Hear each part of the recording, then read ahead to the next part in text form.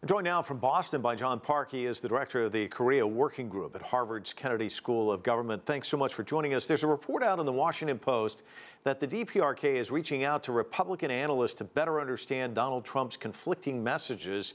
And one of the people quoted in the story says their number one concern is Trump. They can't figure him out. This president likes being unpredictable, but is this a good thing when it comes to a war of words with another country? Well, it's somewhat unprecedented, Mike. We haven't had this type of direct leader-to-leadership exchange of words, and on the U.S. side, it's over the Twitter sphere.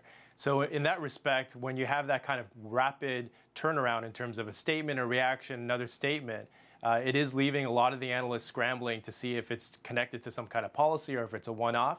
And I think it's that confusion on the North Korean side that they're trying to piece together what kind of logic and what kind of connecting of the dots may be there. And the foreign minister is saying that the U.S. has declared war on the DPRK.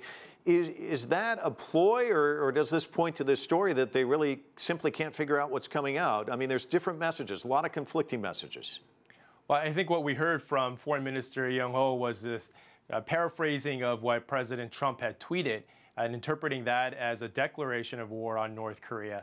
But in terms of the elevation of tensions in the region, we had over the weekend a flight of U.S. bombers and fighters, and the North Korean reaction to that was that they would, in the future, if there were another flight like that, they would look to intercept. And so the stakes are getting higher, and in terms of diplomatic off-ramps and other things, we're just not seeing them right now. Well, and to your point, I was just reading U.S. diplomat, North Korea expert Joseph Thomas writing this blog post.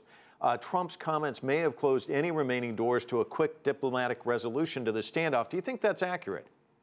Well, we've seen some statements officially coming out of the U.S. government and the White House saying that diplomacy is still on the table. In fact, Secretary of Defense Mattis recently just stated also that diplomacy is the preferred way. But we're also seeing paired with that a lot of these type of statements where the sense of deterrence, the strong defense, the strong posture, strong capabilities is repeated by both sides. And that's the part where when you look at that exchange of words and looking at the threats and the countermeasures, that's where we worry that the likelihood of this diplomatic off-ramp, the probability of it reduces dramatically. And Wang Yi at the UN last week saying, lower the temperature, basically, to both sides.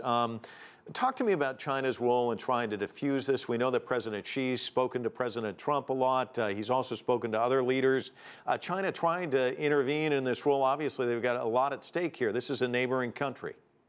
Yeah, right. China, in two key areas, has been very consistent. One is advocating what's called the freeze for freeze. North Korea would freeze its nuclear weapons, ballistic missile testing. In return, the United States and South Korea would freeze military exercises.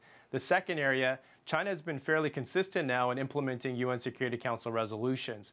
And those are the two areas that we've just most recently also heard President Trump applauding the Chinese efforts in implementing sanctions. Most recently, the Chinese central bank messaging to other banking institutions in China to close accounts with North Korean individuals and entities. So those are the two areas, but as the tensions ratchet up, I think these type of Chinese statements cautioning more escalation and trying to find a way away from that, we're looking at the escalation of tensions happening much faster than other diplomatic efforts. John Park joining us from Boston. Thanks so much for your analysis.